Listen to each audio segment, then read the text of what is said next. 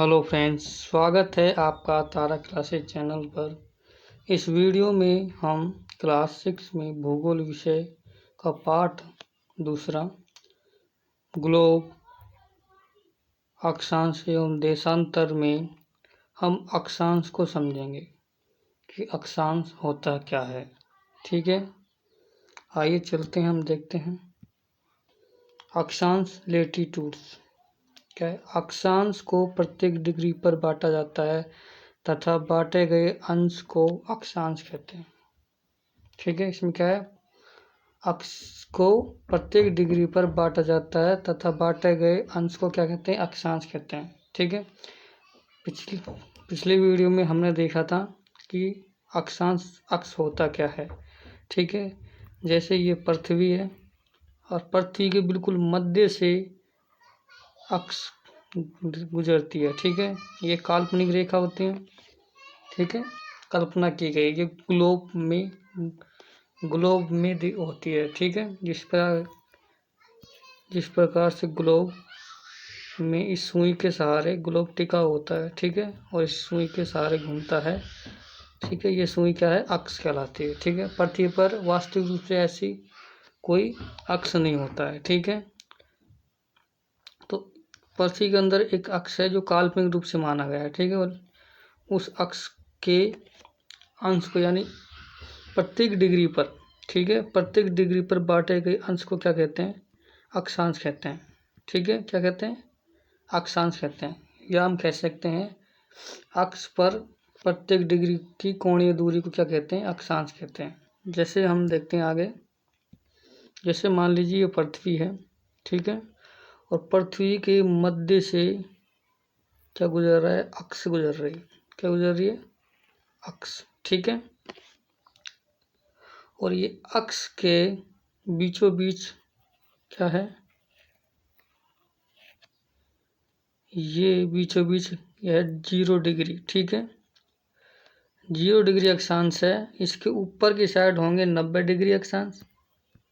ठीक है, इसके नीचे की साइड होंगे 90 डिग्री अक्षांश बटेंगे। ठीक है, जैसे ये हमने देख लिया,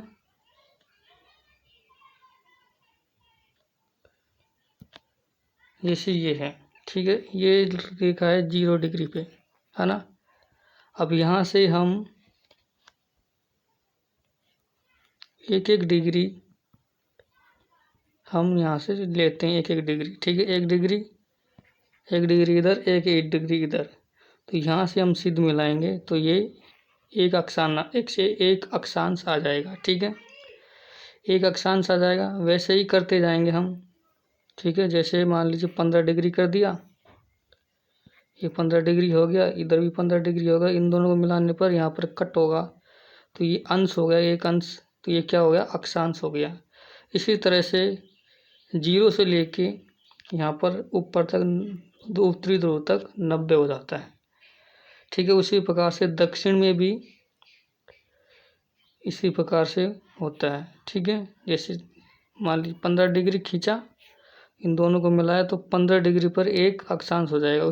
इसी प्रकार से प्रत्येक डिग्री पर अक्षांश स्थित होते हैं। ठीक है, 90 ऊपर की साइड होते हैं, 90 नीचे की साइड होते हैं। ठीक है, और एक 0 डिग्री अक्षांश। ठीक है, इस प्रकार से अक्षांश होते हैं। आगे और देखते हैं, आगे और समझते हैं।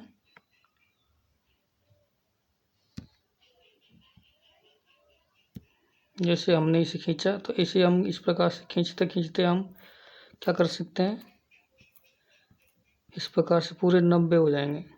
0 से लेके 90 अक्षांश इधर से देखेंगे, 0 से लेके यहाँ पर 90 अक्षांश दक्षिणी अक्षांश हो जाएंगे, उत्तरी अक्षांश। ठीक है, ये अक्षांश होंगे। ठीक है, जो इस प्रकार से दिखाई देंगे। इसमें जैसे बीच में 0 डिग्री है।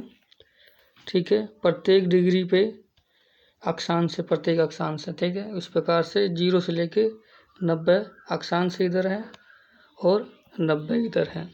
ठीक है, अक्षांश समझ गए। अक्षांश क्या है? अक्ष की कोणीय दूरी, ठीक है, अक्ष पर कोणीय दूरी है वो क्या है? अक्षांश है, ठीक है। जो अक्ष के कुछ भाग हैं जो अक्षांश हैं, प्रत्येक डिग्री में बटे हुए हैं, ये क्या है? अक्षांश है, ठीक है। तो 90 अक्षांश ये हैं दक्षिण में, और 90 अक्षांश क्या है? इधर है उत्तर में, और एक 0 डिग्री अक्षांश इधर है। तो कुल अक्षांश कितने हो जाएंगे? 90 90 180, और 1 डिग्री 0 डिग्री का एक कितना हो जाएगा? 181 क्या हो जाएंगे? अक्षांश हो जाएंगे। अक्षांश कितने हो गए? 181 अक्षांश हो जाएंगे, ठीक है। इस प्रकार से इसमें हमने समझा कि अक्षांश होते क्या हैं? जो अक्ष होता है पृथ्वी के बिल्कुल बीचों बीच से होकर गुजरता है, उसको हम प्रत्येक डिग्री की कोणीय दूरी पर हम एक एक अक्षांश बांटते हैं, ठीक है।